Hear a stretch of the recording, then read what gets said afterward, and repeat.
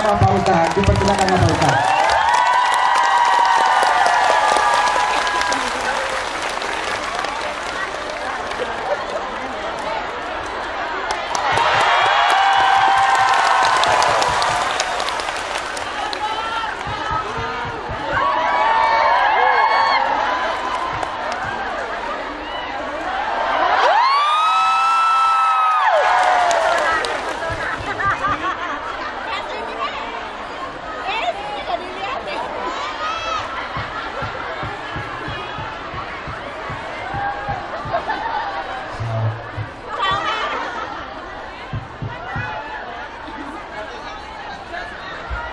Dinaikkan Pak Edi, atau ini Ustaz juga bisa? Assalamualaikum warahmatullahi wabarakatuh. Waalaikumsalam warahmatullahi wabarakatuh. Belum ceramah udah banyak saweran. Bismillahirrahmanirrahim. Alhamdulillahilladzi ja'alana minal ladzina amanu wa 'amilus sholihati wa tawashaw bil haqqi wa tawashaw bis sabr. Asyhadu an la ilaha illallah wahdahu la syarika lah wa asyhadu anna Muhammadan 'abduhu wa rasuluhu la nabiyya ba'dah. Allahumma shalli wa sallim wa barik ala sayyidina wa maulana Muhammadin Allahumma shalli alaihi sahibi syafa'ah wa ala alihi wa ashabihi wa tabi'in wa man tabi'ahum bi ihsanin ila yaumil qiyamah. Amin. Subhanaka la ilma lana illa ma 'allamtana innaka antal alimul hakim. Rabbi shrah li sadri wa yassir li amri wahlul 'uqdatam min lisani yafqahu qawli waj'al li waziran min ahli. Rabbana atina min ladunka rahmah wa hayyi' lana min amrina rasyada. Amma ba'du. Amin. Yang sama-sama kita hormati, kita cintai dan kita banggakan, beliau Bapak Dubes RI di Singapura, Bapak Dirjen Ketenagakerjaan RI bersama kru yang hadir, Mas Didin, para pejabat dan seluruh pegawai Kedubes RI Singapura yang saya hormati, ibu-ibu, bapak, saudari-saudari saya, ikhwatul iman, jamaah sekalian. Alhamdulillah, hari ini bagi saya secara pribadi spektakuler. Saya dipertemukan Allah dengan makhluk-makhluk mulia. Amin ya rabbal Karena alamin. memang dalam Islam wanita itu sangat mulia. Semulia-mulianya laki-laki adalah laki-laki yang memuliakan perempuan. Amin. Serendah-rendahnya laki-laki adalah laki-laki yang merendahkan kaum perempuan. Ma akraman nisa illa karim wa ma ahanahunna illa laim. Rasulullah bersabda, tidaklah memuliakan kaum perempuan, kaum wanita, kecuali laki-laki yang mulia, dan tidaklah merendahkan kaum perempuan, kaum wanita, kecuali laki-laki yang rendah. Maka dalam Islam, an-nisa imadul bilad, wanita itu adalah tiang negara. Tegak runtuhnya negara itu faktor urgen yang menentukan adalah kaum wanita, sehingga wanita disebut tiang negara, sedang laki-laki cuma tiang jaler. Maka mohon maaf, untuk menghormati dan memuliakan panjenengan semua yang mayoritas kaum perempuan, saya ceramahnya sambil berdiri. Karena saya sadar dan saya tahu hasil riset, survei dan penelitian terbaru membuktikan bahwa laki-laki yang tahan berdiri itu lebih dicintai kaum perempuan.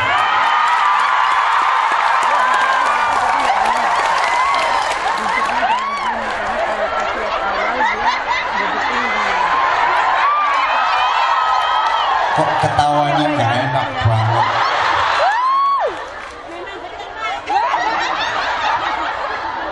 Sampai-sampai surga itu di bawah telapak kaki ibu. Al jannatu tahta aqdamil ummahat. Surga itu di bawah telapak kaki ibu. Ini dalil untuk laki-laki, bukan untuk perempuan. Dalil ini untuk laki-laki. Tujuannya agar laki-laki itu menghargai, menghormati dan memuliakan kaum perempuan. Sadar betapa surganya di bawah telapak kakinya perempuan. Dalil ini tidak boleh dipakai untuk perempuan. Nanti kalau dalil ini dipakai senjata perempuan, gawat. Bisa-bisa kurang ajar sama laki-laki. Jangan mentang-mentang sama aku, surgamu tuh di bawah telapak kakiku. Iki dalam mangkono teleke dilatih. Di sini keadilan Islam, sebagaimana ada dalil sabda Rasulullah, seorang perempuan, istri, walaupun dia ahli ibadah, tapi melukai, menyakiti hati suaminya, bersalah kepada suaminya, sedangkan suaminya nggak mau memaafkan dan belum ridho. Keduluan ini istri meninggal, keduluan ini perempuan meninggal, suaminya belum memaafkan dan belum ridho, maka ini istri nggak bisa masuk surga. Itu dalil untuk perempuan, biar semakin taat kepada suami, biar semakin hormat, takzim kepada suaminya. Ini dalil bukan untuk laki-laki. Kalau untuk laki-laki, bisa-bisa laki-laki nanti semena-mena. Paham? Karena mohon maaf, sebagaimana dalam surga itu juga digambarkan betapa kemuliaan kaum perempuan. Sampai di surga yang dijadikan gambaran nanti kalau masuk surga itu akan mendapatkan bidadara apa bidadari? Bidadari. Bidadara apa bidadari? Bidadari. Bidadari ini psikologis. Kenapa? Kalau yang disebutkan bidadari perempuan, maka laki-laki pasti tertarik. Tapi kalau yang disebutkan bidadara laki-laki, perempuan biasanya nggak tertarik. Loh, iya bener. Kalau di surga digambarkan, subhanallah, nanti yang ahli ibadah, yang amal solehnya banyak, yang pahalanya besar, di surga nanti dapat bidadari yang cantik, menarik, ayu, kemerusu, keboy, semuluhai, aduhai, imut, yahud, bahenal, menol, saya mau kebelenak, mentang, kinyis, mentong, moblong, bahenal, denok, debling. Itu banyak laki-laki yang tertarik. Tapi coba misalnya digambarkan ibu-ibu, mbak-mbak, nanti kalau ibadahnya bagus, amal solehnya banyak, pahalanya besar, masuk surga. Di sana disediakan bidadara yang tinggi-tinggi, gede-gede, alot-alot, kewotot-kotot, sama sekali tidak tertarik. Bener. Maka kalau dalam ruangan itu isinya penuh kaum perempuan, kalau dalam satu ruangan isinya perempuan-perempuan, bisa dipastikan banyak laki-laki yang ngintip, bisa dipastikan banyak laki-laki yang nginceng. Tapi kalau dalam ruangan itu isinya laki-laki semua, nggak akan ada perempuan yang ngintip. Memang. Kecuali perempuan yang sakit jiwa. Ini artinya apa? Secara psikologis, memang perempuan itu suka diperhatikan, laki-laki suka memperhatikan. Secara psikologis, laki-laki suka melihat, kalau perempuan sukanya dilihat. Laki-laki sukanya memandang, kalau perempuan sukanya dipandang. Emang begitu, laki-laki itu sukanya merhatiin, kalau perempuan lebih suka diperhatiin. Sehingga aksesoris itu banyak laki-laki apa banyak perempuan? Banyak perempuan. Aksesorisnya luar biasa. Bro, saya kadang pitulas.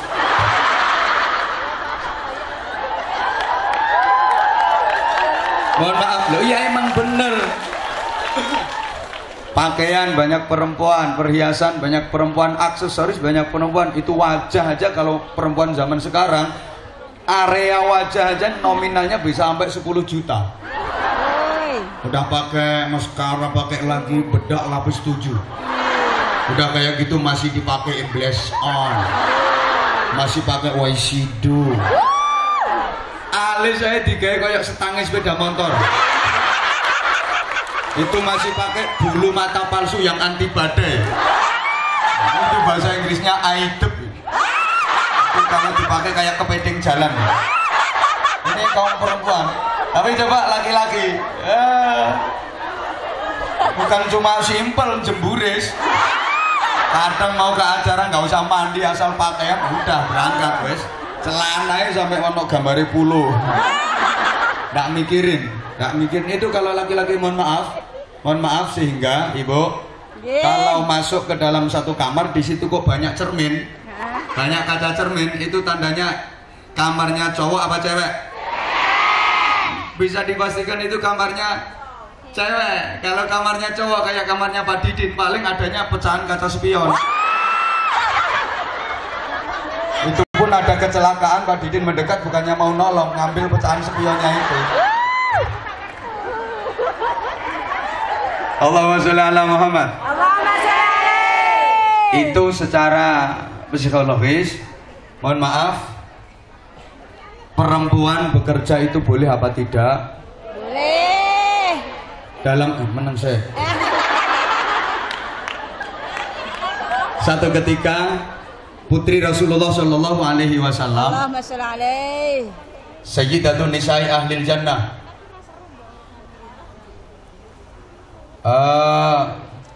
the prince. Gak situ. Karepe yo ben rada gaya titi.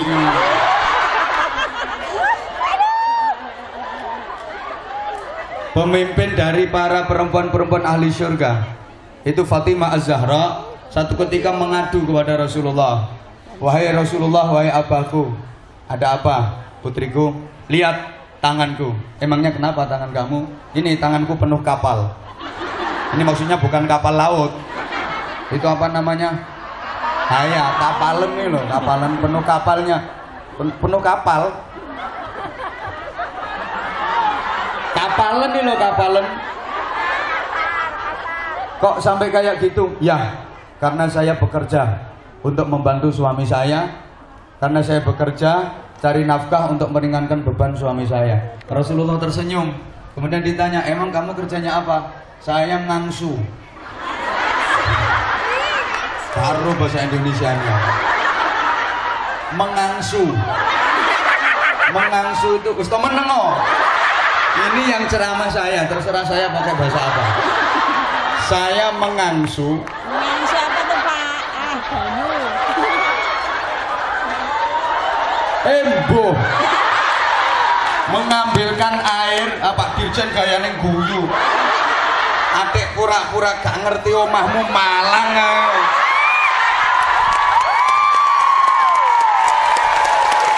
Ini orang sekarang baru jadi dirjen pura-pura gak ngerti cara Jawa. Asline omahe Malang nyelowong pitu. Biasa aja kali. Bukan cuma Pak Dirjen, Anwar Zahid juga udah keliling dunia. Tapi penampilannya ya biasa kayak dulu. Asline desa. Mohon maaf Pak Dirjen, saya tujuannya menghibur wong desa-desa ini. Mengambilkan air untuk orang yang ya mengangsu. Mengambilkan air. Loh ngangsu toh malah yang diterima kata ngangsu. Ngambilin air untuk orang Yahudi, bukan untuk orang Islam. Dia kerja ke orang Yahudi ngambilin air.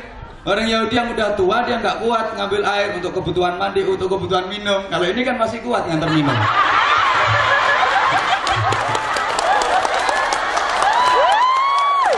Makasih bro.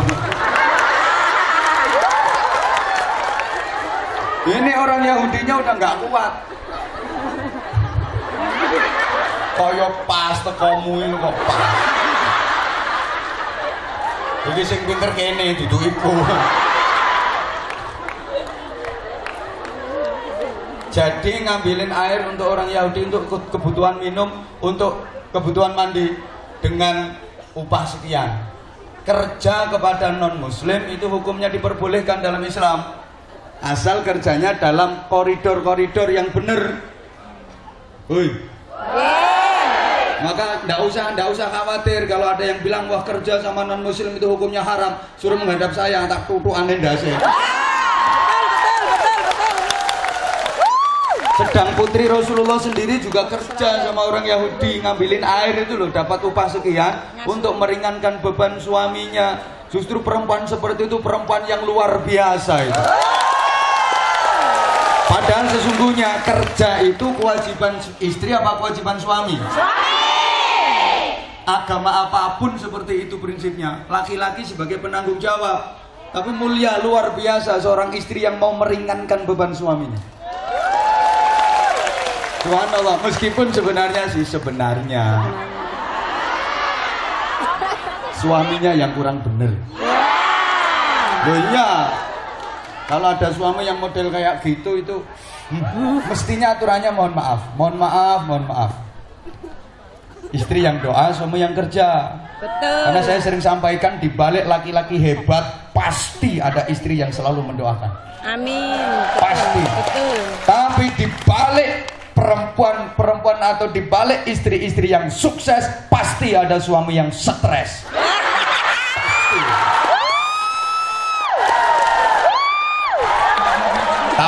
Tabel ini biar para suami kupingnya bolong.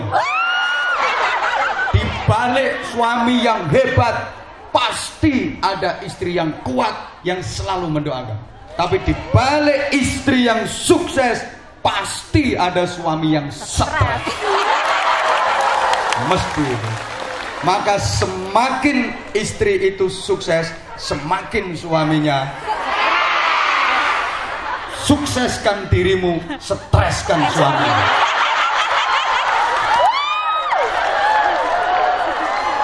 Subhanallah. Nah, laki-laki kalau ingin hebat, jangan lupa minta doa istrinya. Semakin istrinya berdoa, semakin hebat itu suami. Maka suami hebat karena doa istri. Dan semakin banyak yang mendoakan, suami akan semakin hebat. Amin.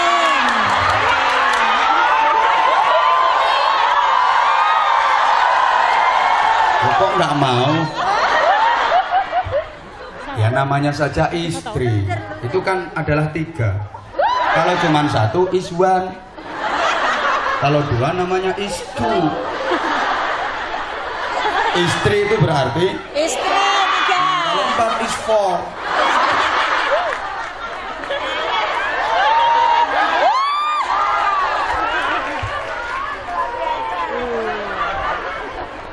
Tapi mohon maaf, saudari-saudari saya, bekerja tetap harus dalam koridor dan batasan-batasan. Jangankan perempuan, laki-laki aja kerja dibatasi. Nggak, silakan, monggo. Monggo Pak Dirjen ya. Saya biar Pak Dubes monggo, saya biar semakin bebas dan leluasa. Memang saya mulai dulu nggak pernah tertarik sama laki-laki. Jadi biarpun laki-laki meninggalkan tempat ini nggak masalah. Saya nggak tertarik sama sekali. Mulai dulu silakan Mas Didin, silakan. Minggato sisan.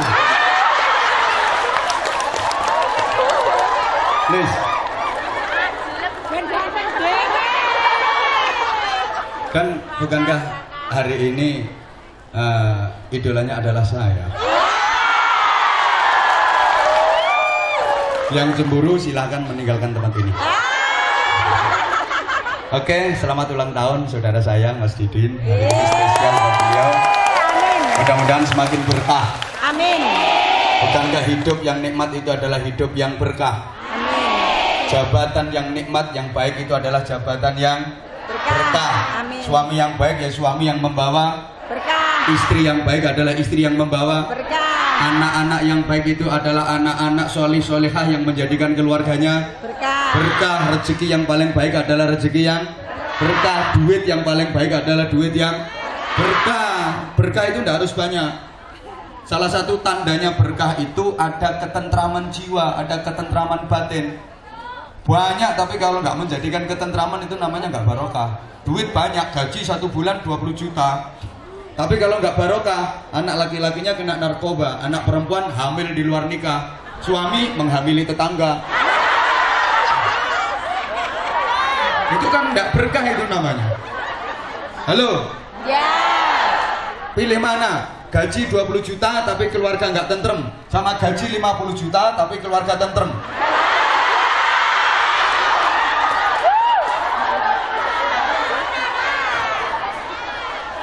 Lah, agar kehidupannya berkah, pekerjaan itu bisa menjadikan berkah, insya Allah nanti saya sambung keterangannya di belakang. Ya, biar penasaran, biar nanti saya diundang lagi. Triknya orang ceramah ya kayak gitu. Kalau langsung dituntaskan, gak diundang meneh. Yang pertama, koridornya orang kerja itu pertama, tentu saja tidak melanggar syariat. Kerja terus sampai tidak bisa melaksanakan kewajiban, sampai nggak bisa melakukan sholat misalnya. Wah, ini majikan saya keren banget ya.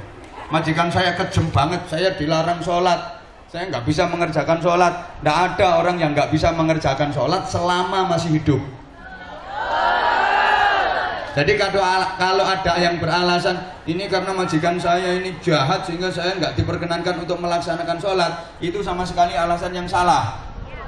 Kenapa salah? Karena selama orang itu masih hidup pasti masih bisa sholat. Jangankan yang meger-meger kayak jenengan, orang yang sudah megap ambekane yuk karek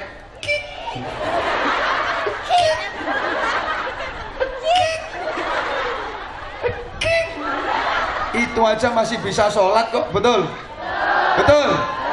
Gak bisa berdiri sambil duduk, gak bisa duduk sambil berbaring, gak bisa berbaring sambil rebahan, gak bisa isyarah, gak bisa pakai kedepane meripat, gak bisa sholat dalam hati, pakai hati. Maka gak ada alasan gak bisa sholat, gak ada waktu untuk sholat, gak ada kesempatan untuk sholat, gak ada alasan seperti itu. Teori ini coba goblok tadi uangnya. Halo? Ya. Nah, yang kedua, jangan sampai pekerjaan itu sesuatu yang dilarang oleh syariat. Contoh, meskipun gaji besar tapi memproduksi minuman keras. Kok menang ono sing ngono? Hah? Lu kaget. Atau jadi bandar narkoba. Atau jadi kurir sabu-sabu. Kan ada tuh. Ada. Yang dari luar negeri pulang ke Indonesia jadi kurir sabu-sabu. Disingitno nggone sempak. Disembunyikan. Ada itu bahkan yang dimasukkan mohon maaf ke Mrs. V-nya. Emboh apa itu jenenge? Vagina itu negara.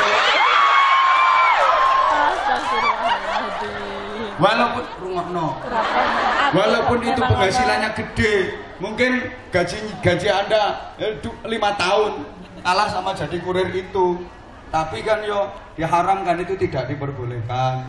Atau meninggalkan kewajiban mesti dari jenengan semua, pekerjaan yang tidak sesuai dengan kodrat kewanitaan. Contoh, jadi supir perahu tuh. Perahu itu apa, Pak? Supir trek, supir mobil tronton nih loh. Trailer. Oh, rupamu ayu on. Jadi orang ngerti ya wis, salahmu orang ngerti. Itu ya. Itu ndak boleh, ndak bagus. Pokoknya laki-laki saja ada aturannya, ada pagar-pagarnya, ada batas-batasnya, apalagi yang perempuan. Prinsipnya, saudariku jamaah sekalian, Islam bukannya anti dunia. Jangan salah. Woi. Ajaran Islam bukan hanya menekankan yang hablum minallah saja. Ndak, Islam bukannya anti dunia. Zaman Rasulullah SAW, dulu ada orang yang rajin ke masjid. Hidupnya di masjid terus. Pokoknya hidupnya selalu di masjid, dia rajin banget ibadahnya, luar biasa. Dia ahli sholat, ahli sujud, sampai jidatnya itu hitam-hitam. Baduke benjut kakan sujud, lambenin jedir kakan dikir. Badannya kurus kering karena rajin puasa. Senin Kemis rutin, gak pernah ditinggalin. Tiap hari Senin pasti dia nyenen, tiap hari Kemis pasti dia. Iya. Dia ahli puasa, ahli zikir, wiridan terus. Haji itu dia tiap tahun. Umrah itu seminggu 4 kali berangkat. Rumahnya Mekah kok. Ayo siapa sing arep bantah? Masa bisa umroh seminggu 4 kali? Rumahnya Mekah, gue.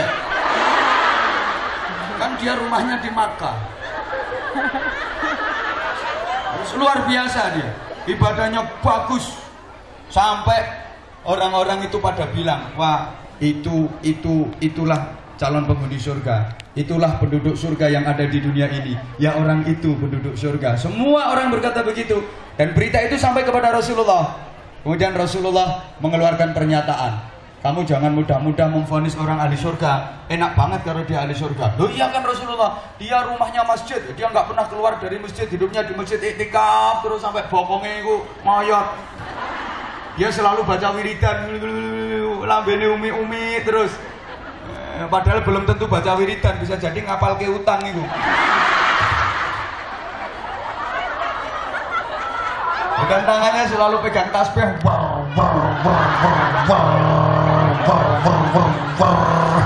Walaupun yang dibaca Sumyati Sulastri belum tentu subhanallah, asal keluar ngesesnya aja Sumyati Sulastri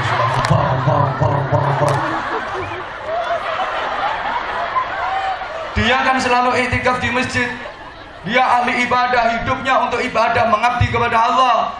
Terus Rasulullah nanya, lah terus makannya dia dari mana? Nah itu dikirim sama orang. Yang paling sering ngirim ya keluarganya, dikasih makan sama keluarganya. Terus dia kerjanya apa? Nggak kerja Rasulullah. Dia itu hidupnya selalu di masjid, iktikaf saja. Dia selalu beribadah untuk Allah. Sehingga dia meninggalkan urusan dunia, dia nggak kerja. Rasulullah senyum dan berkata, orang seperti itu nggak akan masuk surga. Itu nggak baik. Orang yang mau bekerja keras tapi tetap mau ke masjid, tetap mau ibadah, itu jauh lebih baik kualitas dan nilai ibadahnya daripada orang yang di masjid terus ibadah mahdhul terus tapi melupakan kerja, melupakan urusan dunia. Laisa bi khiyarikum man taraka dunya lil akhirah wa taraka al akhirah lid dunya walakin man yushibuhuma. Kok mantuk-mantuk wis ngerti karepe. Kok ngene-ngene wis ngerti karepe. Ora ngerti kok gayane. Belum tak jelasin kok. Kali ro ngantuk ketemu wong manis ngene wong ngantuk. Sayang banget belum tentu setahun sekali bisa ketemu sama aku. Ndak GR nyatane manggonmu nang ngarep dhewe. Kalau nggak begitu tertarik sama aku, dudukmu di sana loh. Buktinya kamu duduk paling depan. Bahkan ada yang datangnya belakangan, duduknya di depan. Sangat kayak iya apa-apa makanya.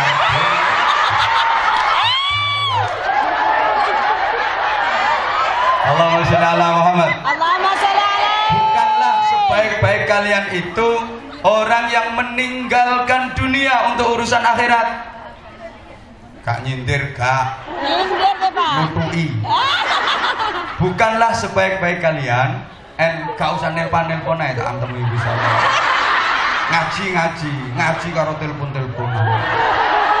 Itu salah satu fans saya. Nelpon maneh, antem. Kata ini, bojo apa durung ke bojo?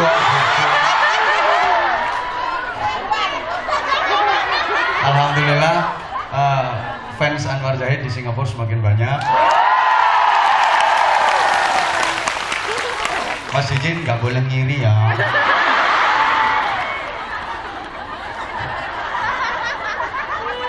Bukanlah sebaik-baik kalian itu orang yang meninggalkan urusan dunia untuk akhiratnya. Jadi nggak kerja sama sekali, wiridan, sholat, dan sholatnya dikhusuk-khusukin. Takbir aja.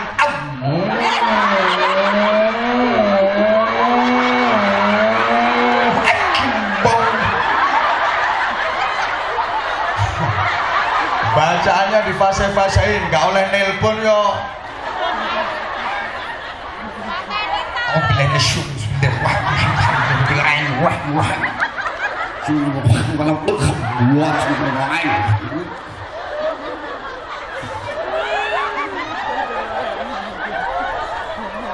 sholat terus wiridan terus zikir terus, tapi nggak mau kerja, nggak benar.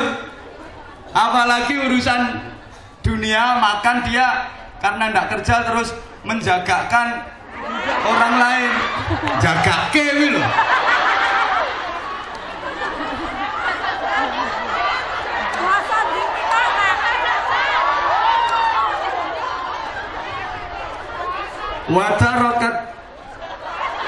Watarokal akhirah lidunya, atau sebaliknya meninggalkan akhirat untuk urusan dunia. Wis kerja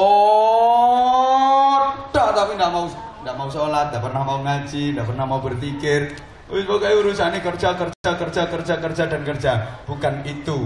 Akan tetapi yang terbaik di antara kalian itu adalah walakin man yusibuhuma, tetapi orang yang berusaha untuk meraih kedua-duanya. Dunia dia dapat, akhirat dia dapat. Dunyone kecekel, akhiratnya kecanda. Fit dunya hasanah wa fil akhirati. Masih ingat yang saya sampaikan, hidup yang paling nikmat itu adalah ganjarane kathah, bayarane turah-turah. Nggih. Iya, ganjarane kathah, bayarane turah-turah. Wa bataghi fima atakallahu daral akhirah wa la tansa nasibaka minad dunya.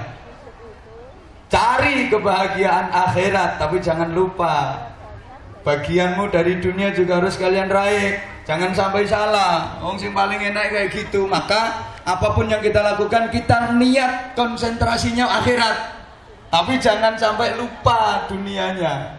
Kalau dalam bahasa saya, profesi apapun kita niati ibadah agar kita dapat pahala. Tapi jangan lupa yo bayaran yo ganjaran ngono lho. Apa ae profesine diniati golek ganjaran, tapi ojo lali nompo bayaran. Kalau jadi petani seperti itu, kerja bercocok tanam, niat ibadah golek ganjaran. Nanti kalau sudah panen entuk bayaran. Pedagang juga gitu, mau ke pasar bismillah, niatnya ibadah golek ganjaran. Nanti kalau dagangannya laris dapat keuntungan ya oleh bayaran. Sama pegawai negeri juga begitu, ke kantor kemanapun bismillah niat ibadah golek ganjaran. Nanti tanggal muda nerimo bayaran. Saya ceramah juga gitu.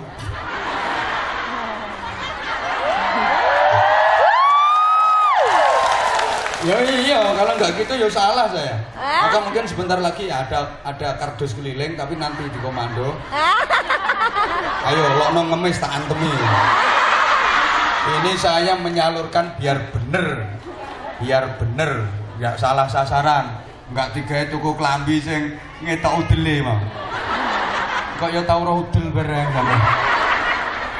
Allahumma sholli ala Muhammad. Allahumma sholli alaihi. Oke, sekarang saya ulang, tolong diperhatikan. Adik-adik, aku nyeluk piye ya sing penak ya. Kok ibu to? Mbak, mas.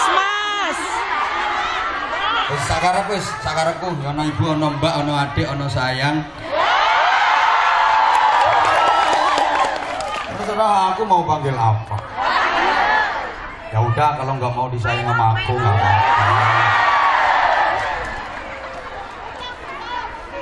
Saya doakan semuanya mudah-mudahan berkah. Amin. Nah, berkah itu sesuatu yang luar biasa, sesuatu yang luar biasa. Sehingga Allah mengajarkan doa kepada kita yang itu diabadikan dalam Al-Quran. Nanti kita kaitkan dengan kerja biar nggak salah. Rabbi anzilni muzalam mubaraka wa anta khairul. Ya gak nyaut. Siji-sijine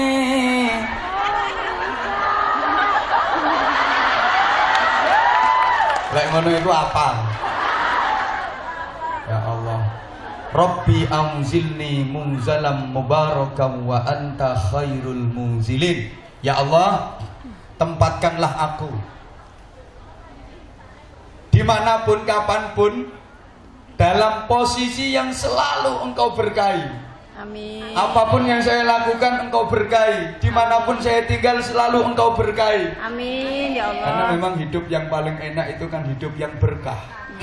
Dan sekali lagi barokah itu ziyadatul khair ba'dal khair, selalu bertambah kebaikannya. Ada nilai plus, to be excellent. Bukankah? Anjane susah ngomongi wong katro.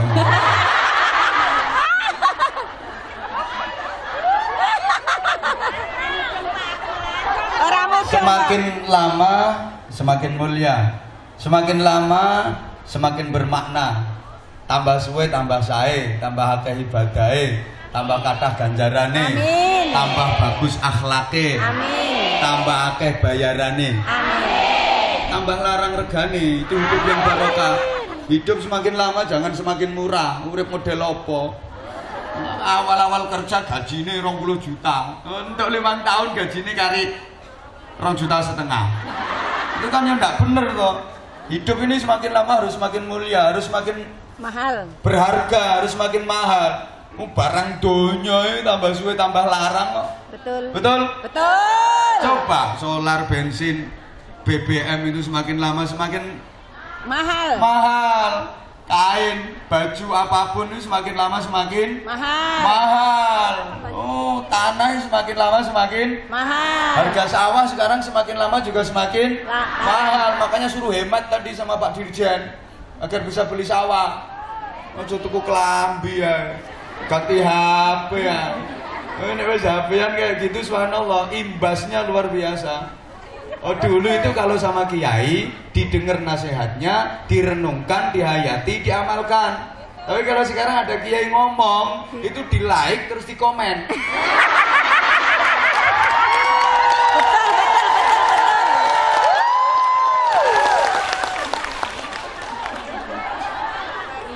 Dulu kalau ketemu kiai yang pertama itu minta doanya, sekarang minta selfie.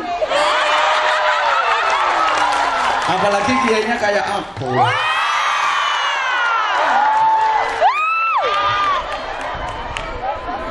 Ayo ngomong GR. GR nyatane aku durung teko wis ngelumpuk. Ana sing wis ngempet mulai semalam, kangen dingin. Ada yang malah dulu kok nggak cepet-cepet tanggal 14 nih. Kepengen ketemu My Idol. Apa dikira aku nggak ngerti apa? Yo KGR blas nyatane yo kok. Oh, tapi gak iso turu. Terus bayang kayak sampai ngipi-ngipi sing keturunan. Allahumma sholli ala Muhammad. Allahumma sholli alaihi. Saudariku jamaah sekalian rahimakumullah. Selanjutnya untuk menggapai hidup yang berkah tadi, apapun semakin lama semakin mahal. Bumbu dapur aja semakin lama juga semakin mahal. Saya ceramah ya begitu. Gimana? Saya ceramah ya begitu di mana-mana. Makin lama makin mahal. Yang bilang semakin mahal siapa? Saya kan ngomong harga sawah itu semakin lama semakin mahal, harga pakaian semakin lama semakin mahal, BBM semakin lama semakin mahal, bumbu dapur semakin lama juga semakin mahal. Saya ceramah juga begitu. Di mana-mana saya ceramah juga begitu. Yang ngomong mahal siapa?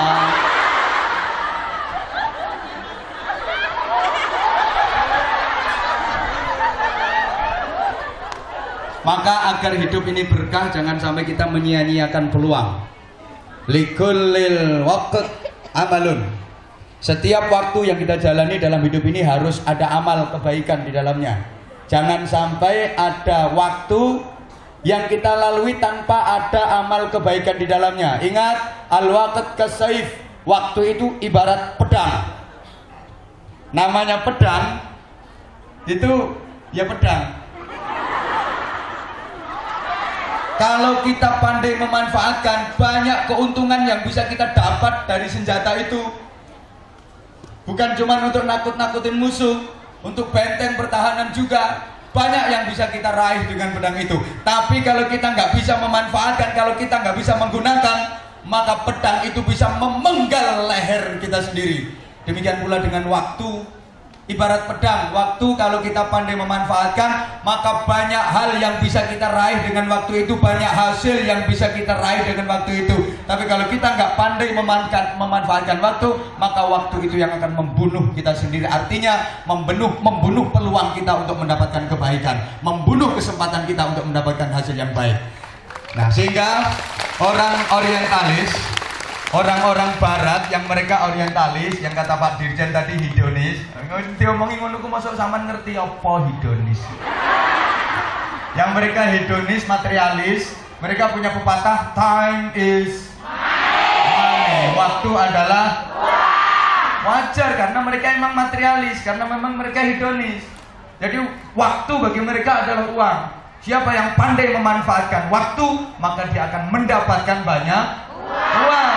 Tapi kalau dia nggak pandai memanfaatkan waktu, apalagi menyia-nyiakan waktu, maka dia akan kehilangan kesempatan untuk mendapatkan banyak uang. Bagi mereka, memang mereka materialis. Tapi kalau kita, time is waktu. Oh iya kan? Kalau orang barat filosofinya begitu, time is money. Tapi kalau kita, time is waktu. Maka kata kuncinya, setiap waktu yang kita jalani dalam hidup ini harus ada amal kebaikan di dalamnya. Amal yang manfaat dan dibutuhkan, itu yang dimaksud amal kebaikan. Jangan sampai ada waktu terlewatkan tanpa ada amal kebaikan di dalamnya. Karena orang yang melewatkan waktu hidupnya tanpa melakukan amal kebaikan, fahuwa zulmun, maka orang itu dihukumin zalim. Iya, orang zalim itu namanya. Maka menganggur dalam Islam itu bukan hanya nggak baik, berdosa. Nganggur itu nggak apik, malah dosa. Sehingga salah satu cirinya orang yang beriman dan orang yang akan mendapatkan kebahagiaan dunia akhirat, walladzina hum 'anil laghwi mu'ridun, orang-orang yang menghindarkan diri dari pengangguran. Aja sampai dadi nganggur. Wong iku nek nganggur, sampeyan ngrungokno tagak iki. Dia akan nggak punya kerjaan. Karena dia nggak punya kerjaan, bisa-bisa dia cari-cari kerjaan, bahkan mungkin bisa ngerjain orang lain. Orang yang nganggur itu nggak punya urusan. Karena dia nggak punya urusan, maka lama-lama dia bisa jadi urusan. Sukanya ngurusi urusannya orang lain.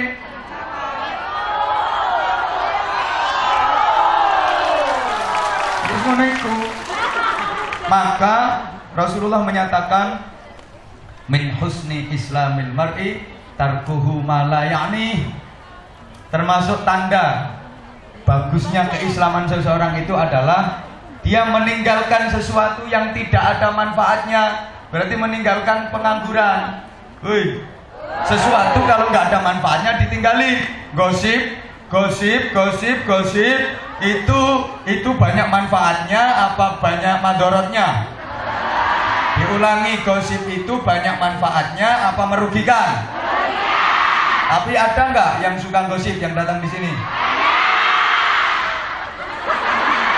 Alhamdulillah orangnya ikut jawab. Udah tahu kalau nggak ada manfaatnya malah merugikan dan membahayakan kok dikerjakan. Dan orang gosip sekarang itu nggak harus pakai bibir, nggak harus pakai lisan, nggak harus pakai mulut, bahasa Inggrisnya nggak harus pakai the congor. Tapi orang gosip sekarang itu bisa pakai tangan, update status, ya kan? Statusnya mencurigakan.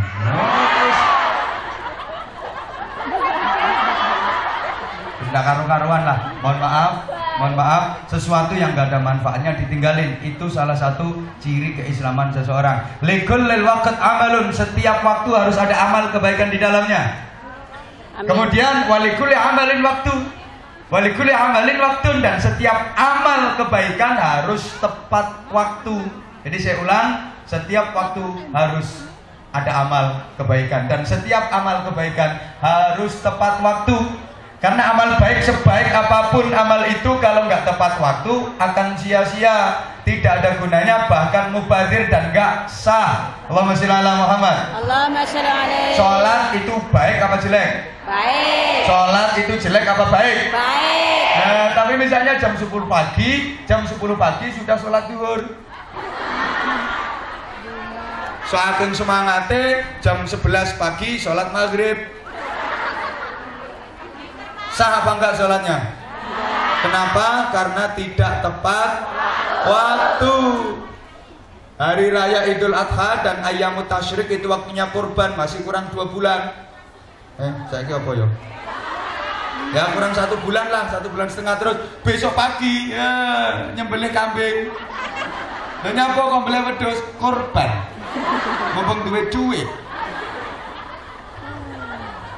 Ya itu sia-sia, nggak sah. Kenapa? Karena tidak tepat waktu. Maka setiap waktu harus ada amal kebaikan, dan setiap amal kebaikan harus tepat waktu. Sehingga Rasulullah berpesan, ightanim khamsan qabla khamsin. Manfaatkan 5 waktu sebelum datangnya 5 waktu yang lain. Masih ingat? Ini udah sering disampaikan oleh para mubaligh, mubalighah, para ustadz ustadzah, udah sering disampaikan. Yang pertama, waktu mudamu sebelum datang waktu tuamu. Sampeyan saiki saya nom-nom. Wah, semanin ratapke jantung. Dek lirikan sampean medhotke kolor. Aku mbok lirik wedi kuwatir melorot sarungku. Isek nom, padahal zaman sekarang masih muda. Mencur ke wong. Sebentar lagi kalau udah tua mesti medeni wong rupamu. Mumpung masih muda sebelum datang waktu tua. Orang kalau udah tua itu pasti nyesel. Kenapa aku dulu waktu masih muda nggak gini. Nyesel banget, kawin terlambat nyesel.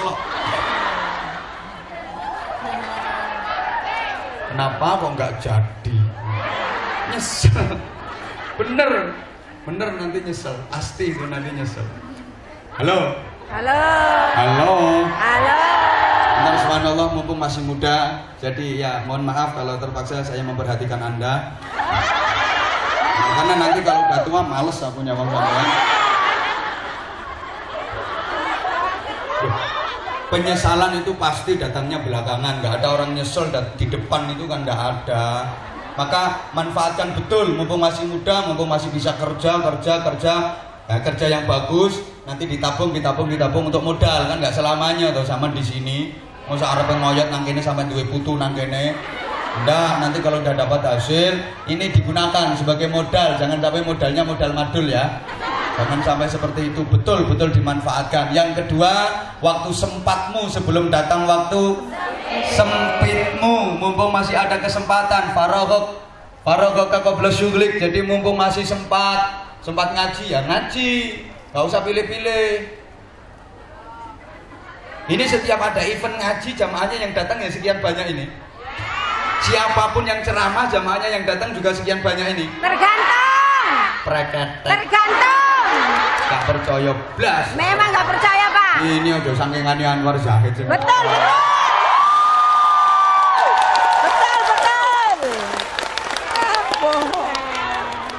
Ayo ngomong GR mana? Buktine yo. Yang ketiga, waktu kayamu sebelum datang waktu miskinmu. Mumpung masih kaya, berapapun namanya jenengan ini sekarang yo kaya. Timbangan sing nang omah tandur. Lho iya toh? Tandur juga salah, Pak. Yang keempat, waktu apa ya sebelumnya? Sehatmu sebelum datang waktu sakitmu. Sehat-sehat semua, mumpung sehat sebelum datang waktu sakit. Manfaatkan kesehatan itu dengan sebaik-baiknya. Dan yang kelima, waktu hidupmu sebelum datang waktu matimu. Kan semuanya akan mati. Subhanallah, alhamdulillah, kematian itu a mysterious problem. Ya, artinya sesuatu yang pasti akan terjadi, tapi kita nggak tahu kapan, di mana, dan dalam kondisi bagaimana kita nggak tahu, karena memang mati itu misteri. Dan alhamdulillah manusia itu nggak dikasih tahu dan nggak tahu kapan matinya. Kalau manusia tahu kapan matinya, ya malah repot. Nanti bisa broadcast, nanti bisa bikin undangan nanti. Bisa bikin undangan nanti. Hadirilah pemakaman kami 4 hari lagi. Nah, wes sok gue aneh ning grup langsung disebar, jangan lupa ya datang ke pemakamanku.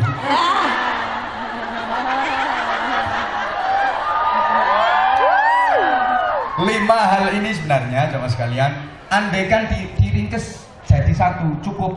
andaikan cukup dijadikan satu cukup. Apa? Hidupmu sebelum matimu. Selesai kan? Gak usah pakai sehatmu sebelum sakitmu, kayamu sebelum miskinmu, sempatmu sebelum sempitmu, mudamu sebelum tuamu. Tanpa pakai itu diringkes. Cukup hidupmu sebelum matimu. Cukup, selesai kan urusannya. Tapi kenapa pakai dirinci? Kenapa pakai dijelaskan? Nah ini soalnya gini. Woi, kayamu sebelum miskinmu. Banyak orang yang lalai dengan kekayaannya. Makanya ditekankan lagi oleh Rasulullah. Ya lagian segala sesuatu itu kalau terlalu ringkes membingungkan. Dungo itu sing apik sing ringkes. Ringkes, tegas, mentes, jelas dan mencakup semuanya. Kayak Rabbana atina fid dunya hasanah, ya Allah berikan saya di dunia ini kebaikan. Apa saja yang penting baik. Keluarga yang baik, anak yang baik, istri yang baik, saudara yang baik, rezeki yang baik, semuanya baik, jabatan baik. Wa fil akhirati hasanah, di akhirat juga minta kebaikan, semuanya baiklah, selamatkan dari siksa neraka. Itu ringkes, tegas, mentes, jelas. Tapi kan tetap disebutkan kalau terlalu ringkes ya nggak bagus. Dongo terlalu ringkes, tangan diangkat terus ya Allah, Engkau tahu yang ku mau, amin. Itu ya nggak benar. Ya emang sih Allah tahu yang kau mau, tapi sebutin. Mentang-mentang Allah tahu yang kita mau, doanya terlalu ringkes, asal tangannya diangkat, ya Allah Engkau tahu yang ku mau, amin. Ya keringkesen. Atau doa yang terlalu detail, terlalu rinci, itu namanya nggak etika itu. Karena Allah sudah ngerti yang terbaik buat kita, maka jangan mendikte Allah. Doa terlalu detail itu mendikte Allah. Allah didikte, ya Allah minta suami ya Allah yang ganteng, yang keren, yang gentle, yang trendy, yang kaya raya, yang warisannya banyak, yang hidupnya tinggal sebentar.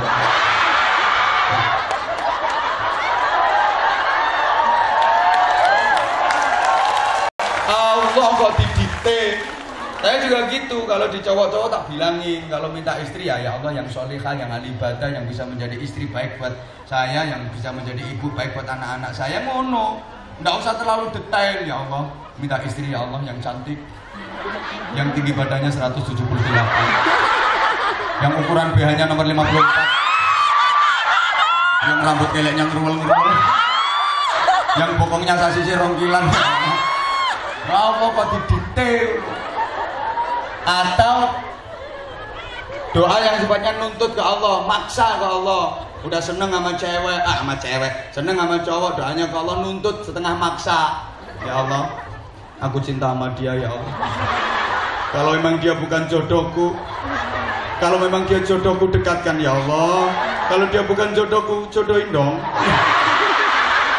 Allah kok dipaksa ya. Ada doa yang sifatnya nuntut ke Allah, misalnya nuntut gini, ya Allah, aku jadi manusia ini bukankah Engkau yang menciptakan ya Allah, dan Engkau telah berjanji akan mencukupi semua kebutuhanku, termasuk jodohku. Tapi sampai sekarang jodohku kok belum datang. Mana tanggung jawabmu sebagai Tuhan? Mana?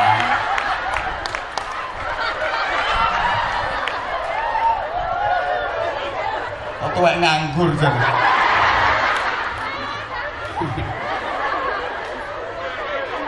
Bu.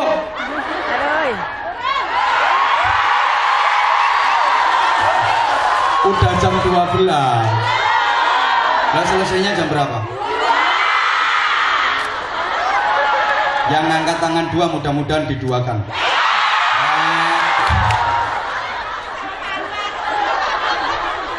Diduakan apanya dulu?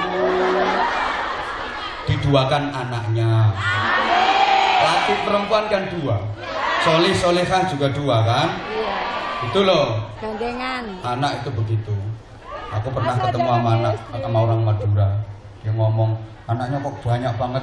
Ya kan banyak anak banyak rezeki.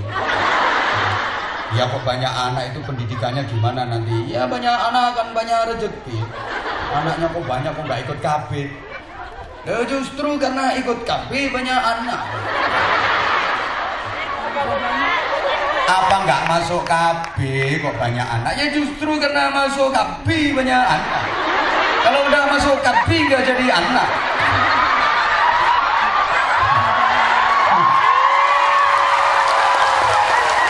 Jadi anak tuh karena masuk KB. Kalau udah masuk KB cuma masuk separuh.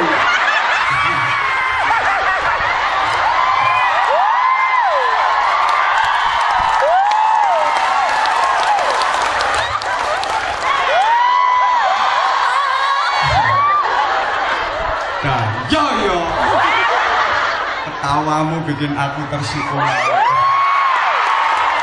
Subhanallah. Gimana? Dilanjut gak nih? Ya karenanya kita harus pandai memanfaatkan waktu. Ya ini acuannya pada surat yang kalian semuanya udah hafalin dong. Jangan cuma surat cinta.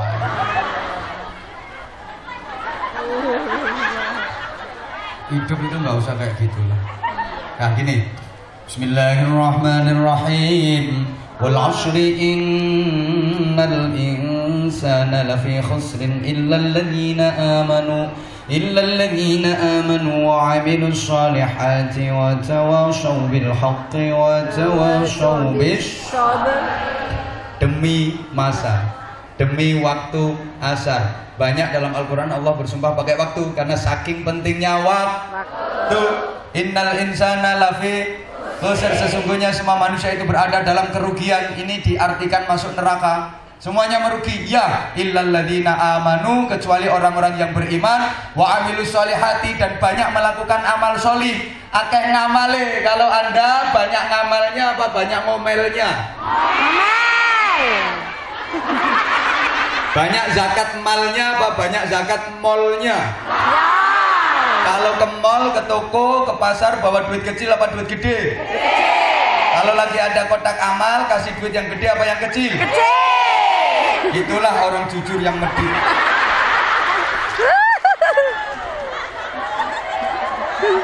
Hei. Ya. Maka sebentar lagi kalau ada yang keliling infaknya, kira-kira dikasih yang kita ngaji terus harus yang gede. Rahasia.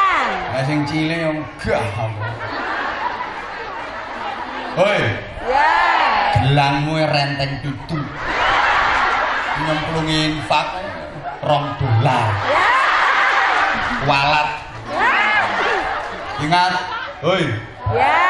Terusin di sebagian harta kita. Ini masih ilal ladin aman. Nanti saya ingatkan wal asli gitu, takutnya aku lupa materi ini, nggih? Yeah. Soalnya aku kalau udah melihat cewek-cewek cantik tuh suka lupa.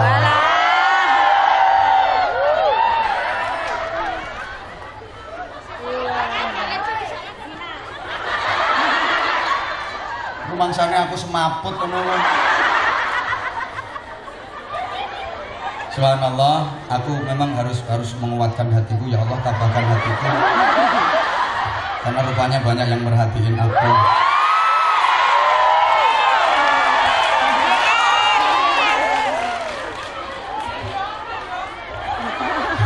Begini, hoi. Di sebagian harta kita itu ada haknya orang lain. Yang itu harus kita kasihkan. Itu ada haknya yatim, ada haknya fakir miskin, ada haknya pesantren, ada haknya madrasah. Kalau nggak kita kasihkan, itu akan jadi penyakit. Percaya nggak? Hasil kita, kerja keras kita, ikhtiar kita, upaya kita, usaha kita dapat hasil. Dari hasil yang diberikan Allah itu ada haknya orang lain. Yang itu harus kita salurkan, harus kita berikan. Kalau tetap kita ambil, kita pakai, jadi penyakit yang sangat membahayakan. Mohon maaf, ibarat orang mancing, itu pancing-pancingnya sendiri. Dia beli alat pancing sendiri, dia kerja sendiri, ya ditunggoni. Tenagane dhewe, pancinge dhewe, pakanane yo pakanane dhewe. Pakanane iwak maksudnya kok pakanane dhewe. Artinya usahanya dia, kerjanya dia, ditunggoni. Begitu dia gini ada yang cedik ini dapat lele sak lengan. Aku ngomong lele aja bayangno sing ora-ora tak ampuni. Itu juga pemberian Allah. Lah dia sadar bahwa di dalam ikan lele sing sak lengan ini ada hanya orang lain. Kalau orang yang beriman dan bertakwa, ikan lele ini gak dimakan semua. Karena dia sadar lele ini ono teleke, ono totoke, ono ndase, ono rine, ono buntute, ono patile. Yang dimakan cuma dagingnya doang. Yang dimakan cuma dagingnya saja. Engko ndase gak dipangan, rine gak dipangan, patile gak dipangan, teleke gak dipangan. Iku jatahe kucing. Dia akan sadar seperti itu. Emang dia yang kerja, Hasilnya dia yang mancing, dapat ikan lele, nggak akan dimakan semua kalau orang mukmin. Kalau orang yang takwa nggak akan dimakan semua, karena dia sadar dalam lele itu ada haknya kucing.